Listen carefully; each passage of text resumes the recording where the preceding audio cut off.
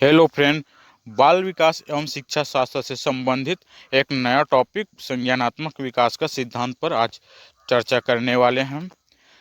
मेरे द्वारा पढ़ाए गए टॉपिक आप लोगों को अच्छा लगता है तो मेरे चैनल को लाइक, शेयर और सब्सक्राइब जरूर करें।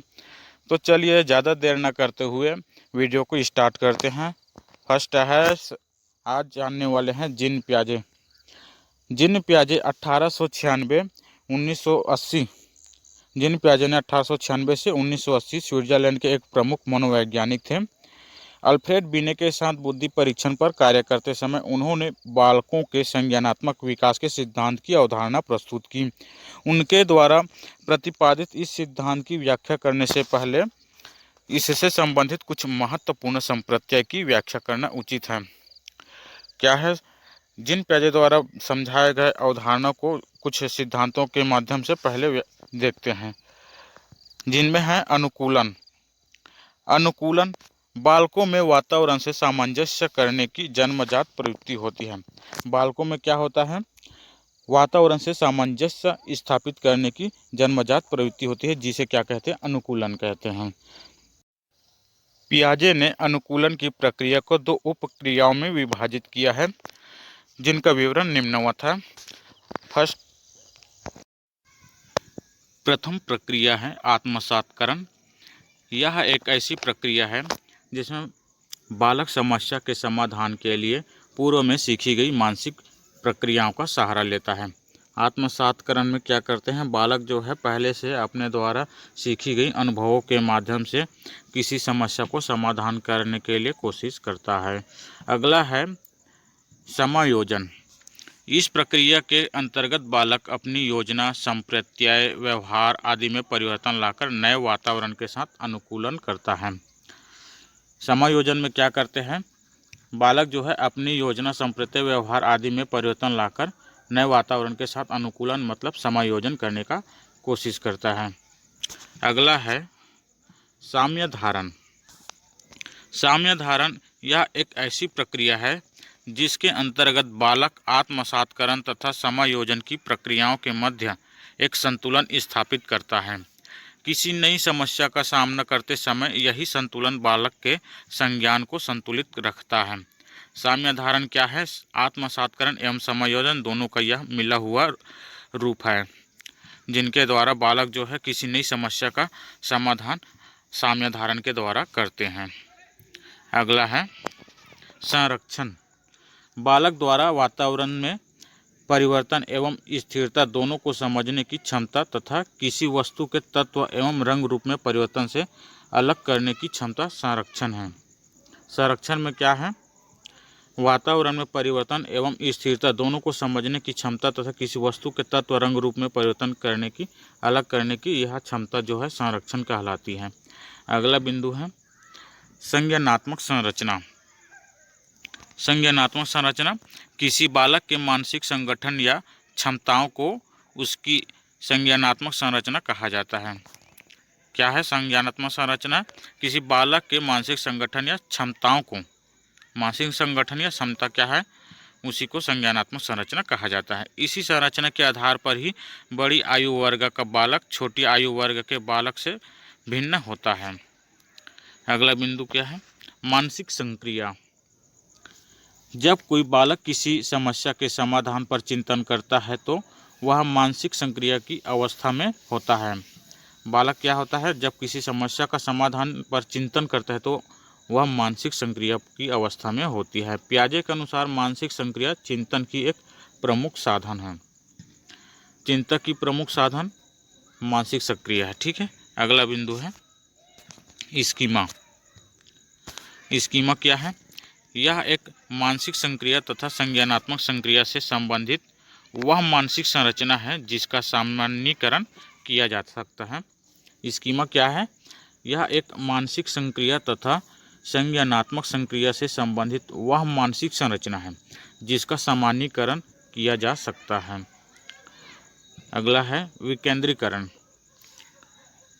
विकेंद्रीकरण किसी वस्तु के विषय में वस्तुनिष्ठ या वास्तविक तरीकों से सोचने की क्षमता को क्या कहते हैं? विकेंद्रीकरण। वस्तुनिष्ठ या वास्तविक तरीके से सोचने की क्षमता को क्या कहते हैं? विकेंद्रीकरण कहा जाता है। अगला है सिद्धांत की व्याख्या। जीन पियाजे ने क्या किया है? सिद्धांत की व्याख्या। जीन पियाजे ने बालकों के संज्ञानात्मक विकास की व्याख्या अपने सिद्धांत को 4 मुख्य अवस्थाओं में बांटकर की है। इन्हीं अवस्थाओं से गुजरकर बालक का संज्ञानात्मक विकास होता है। क्या होता है? जीन पियाजे ने बालकों के संज्ञानात्मक विकास की व्याख्या की है। ये सिद्धांत जो है 4 मुख्य अवस्थाओं में बांटकर की है। इन्हीं अवस्थाओं से गुजरकर जो बालक जो है संज्ञानात्मक विकास से होता है। ये अवस्थाएं जो है निम्नलिखित हैं। पियाजे द्वारा वर्णित विकासात्मक अवस्थाएं एवं विशेषताएं।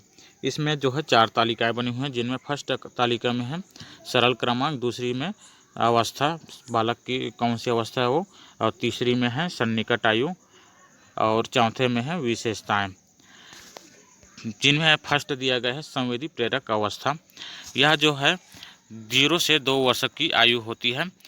जिनकी विशेषता है शिशु संवेदी अनुभव का शारीरिक क्रियाओं के साथ समन्वय करते हुए संसार का अन्वेषण करता है। संवेदी प्रेरक अवस्था में जो है बालक जो है शारीरिक क्रियाओं को सीखता है, जैसे कि उंगलियों को फेरना, उंगलियों के माध्यम से किसी वस्तु को पकड़ना आदि क्रियाओं को ये संवेदी प्रेरक अवस्था में ही सीखते हैं। अब अगला चलते हैं, दूसरा है पूर्व संक्रियात्मक अवस्था।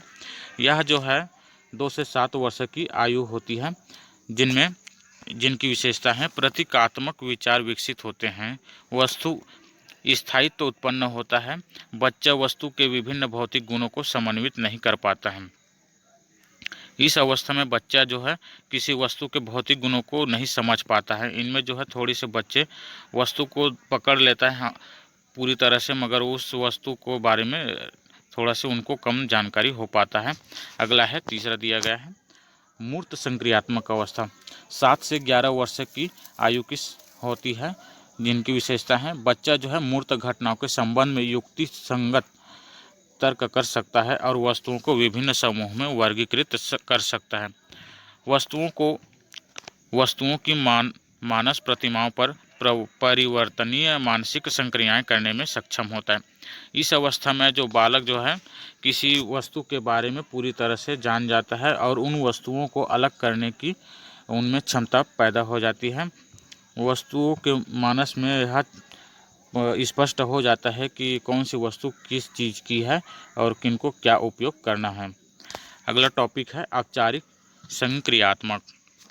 यह जो है 11 से 15 वर्ष की अवस्था होती है, जिनमें किशोर तर्क का अनुप्रयोग अधिक अमूर्त रूप से कर सकते हैं, परिकल्पनात्मक चिंतन विकसित होते हैं। इस अवस्था में जो है बालक जो है कल्पनात्मक रूप से सोचना विचारना प्रारंभ कर देते हैं। ठीक है। अगला है संवेदी प्रेरक अवस्था के संबंध में जानने हैं।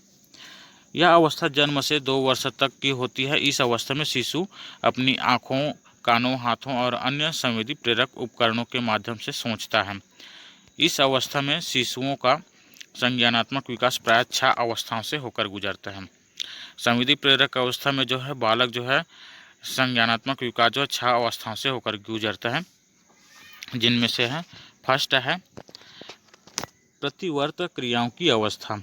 प्रतिवर्त क्रियाओं की अवस्था यह जो है इस अवस्था जो है जन्म से 30 दिन तक की अवस्था होती है। प्रतिवर्त क्रियाओं की अवस्था, इस अवस्था की अवधि जो है जन्म से 30 दिन तक की होती है। अगला है दूसरा मुख्य वृत्तीय प्रतिक्रियाओं की अवस्था। इस अवस्था की अवधि 1 माह से 4 माह के मध्य की होती है। मुख्य वृत्तीय प्रतिक्रियाओं की अवस्था यह जो है 1 माह से 4 माह की मध्य की होती है। अगला है तीसरा गौण वृत्तीय प्रतिक्रियाओं की अवस्था। गौण वृत्तीय प्रतिक्रियाओं की अवस्था, इस अवस्था की अवधि 4 माह से 8 माह के मध्य की होती है। अगला है चौथा गौण स्कीमेटा के समन्वय की अवस्था। गौण स्कीमेटा के समन्वय की अवस्था, इस अवस्था की अवधि जो है 8 माह से 1 वर्ष के मध्य की होती है। अगला है पांचवा तीसरी वृत्तीय प्रतिक्रियाओं की अवस्था। तीसरी वृत्तीय प्रतिक्रियाओं की अवस्था, इस अवस्था की अवधि 1 वर्ष से 18 माह के मध्य की होती है। अगला है छठवां मानसिक संयोग द्वारा नवीन साधनों की खोज की अवस्था। मानसिक संवेग द्वारा नवीन साधनों की खोज की अवस्था। इस अवस्था की अवधि जो है 18 माह से 2 वर्ष के मध्य की होती है। इस अवस्था में बालक जो है वस्तुओं के विषय में चिंतन करने के साथ साथ ऐसी वस्तुओं के विषय में भी अनुक्रिया करना प्रारंभ कर देता है जो सीधे तौर पर क्या होता है, दृष्टिगोचर नहीं होते हैं, जो हमें दिखाई नहीं देते, उनके बारे में भी सोचने का लगता है। बालक जो वस्तु स्थायित्व गुण का भी विकास हो जाता है। इस अवस्था में जो है बालक में स्थायित्व गुण का विकास हो जाता है। अगला है पूर्व संक्रियात्मक अवस्था। पूर्व संक्रियात्मक अवस्था संज्ञानात्मक विकास की इस अवस्था की अवधि जो है 2 से 7 वर्ष के मध्य की होती है। संज्ञानात्मक विकास की इस अवस्था की अवधि कितना होता है, 2 से 7 वर्ष के मध्य की होती है। बालक के विकास की इस अवधि को प्रायः प्रारंभिक बाल्यावस्था के नाम से भी जाना जाता है। पियाजे ने पूर्व संक्रियात्मक अवस्था को मुख्य 2 भागों में बांटा है जो निम्न है, जिनमें से है फर्स्ट है पूर्व वैचारिक अवस्था। पूर्व वैचारिक अवस्था, इस अवस्था की अवधि जो है 2 से 4 वर्ष के मध्य की होती है। इस अवस्था में बालक वस्तुओं, शब्दों, प्रतिमाओं आदि के विषय में अपना मानसिक चिंतन विकसित करने लगता है। पियाजे ने इस अवस्था में संकेत तथा चिन्ह को चिंतन का महत्वपूर्ण साधन माना है।